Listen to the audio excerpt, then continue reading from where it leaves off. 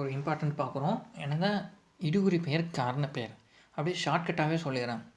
காரணமே இல்லாமல் சும்மா ஒரு பெயர் வைக்கிறாங்கன்னா இடுகுறி பெயர். அந்த இடுகுறி பெயரை 2 வகையாக பிரிக்கிறேன். ஒன்று பொது பெயர், சிறப்பு பெயர். காரணமே இல்லாமல் பொதுவாக எல்லாத்துக்கும் சேர்த்து ஒரு பெயர் இருந்தால் பொது பெயர். அதுவே காரணமே இல்லாமல் ஒன்று தனியாக சிறப்பாக கூறணும்னா அது இடுகுறி சிறப்பு பெயர். எக்ஸாம்பிள் வச்சு சொல்கிறேன் பாருங்களேன். இடுகுறி பொது பெயரோட எக்ஸாம்பிள் பாருங்கள். மரம், காடு. சரிங்களா? பொதுவாக மரம்னா எந்த மரமாக வேணாலும் இருக்கலாம். காடுனா என்ன காடு வேணாலும் இருக்கலாம். அதே இடுகுறி சிறப்பு பெயர்னா அந்த காரணமே இல்லாமல் ஒரு பொருளை சிறப்பாக சொல்கிறாங்க. ஃபஸ்ட்டு என்ன? காரணம் இல்லாமல் பொதுவாக சொன்னால் இடுகுறி பொது பெயர்.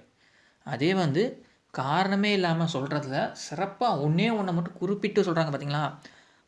அதாவது மாமரத்தை சொல்கிறாங்க. மரம்னா பொது பெயர், மாமரம்னா சிறப்பு பெயர். மாமரத்தை காரணமே இல்லை, சரி இது ஒரு மாமரம், இது ஒரு வாழை மரம்னு பெயர் வச்சுக்கிறாங்க. அதாவது காரணமே இல்லை. அதே மாதிரி காடில் பார்த்திங்கன்னா, காடுன்னு வந்துச்சுன்னா பொது பெயர். கருவேலங்காடு, சரி வருதா? வாழைத்தோப்பு, தோப்புனா எது வேணாலும் இருக்கலாம். தென்னந்தோப்பாகவும் இருக்கலாம், வாழைத்தோப்பாகவும் இருக்கலாம்.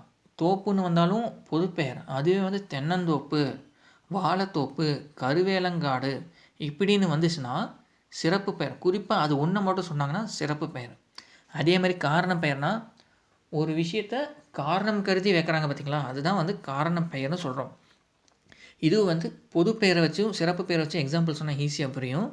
பறக்கிறதுனால அது பறவை, அணிகிறதுனால அது அணிகலன். சரிங்களா?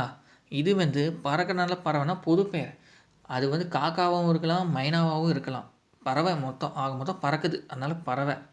அணிகிறது பார்த்திங்கன்னா, நம்ம மோதிரமும் அணிவோம், நெக்லஸும் அணிவோம், நெத்திச்சுட்டியும் அணிவோம். அணிங்கிறது பொதுவாக சொல்கிறாங்களா, அதனால் பொது பெயர். அணிகிறங்கிற காரணத்தினால அணிகலன்னு வருது, பறக்கிறதுனால பறவைன்னு சொல்கிறாங்க.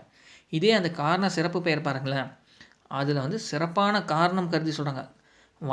வளைஞ்சி இருக்கிறதுனால, வளைஞ்சி அணிகிறதுனால வளையலை அணிகலன்னு சொல்கிறாங்க. சரிங்களா? அதே சிறப்பு பெயரில் மரங்கொத்தின்னு சொல்கிறாங்க பார்த்தீங்களா? மரத்தை கொத்துறனால அதை மரங்கொத்தின்னு சொல்கிறாங்க. வளையல்ங்கிறது அணிகலன், அதில் சிறப்பு என்ன வளையலை சொல்லியிருக்காங்க. நெத்தியில் அடிக்கிறதுனால நெத்திச்சுட்டின்னு சொல்லணும், அதுவும் ஒன்று. அது சிறப்பு பெயர், வளையலும் சிறப்பு பெயர். மரத்தை கோத்துறதுனால மரங்கொத்தின்னு சொல்கிறாங்க. அது கொக்குன்னு சொல்லலாம். மரத்தை கோத்துறதுனால மரங்கொத்தி அப்படின்னு சொல்லியிருக்காங்க. ஓகேவா? இதே மாதிரி நெக்ஸ்ட்டு அப்கமிங் ஷார்ட்ஸ் வந்துகிட்டே இருக்கும். எல்லாமே ஷார்ட்கட் தான்.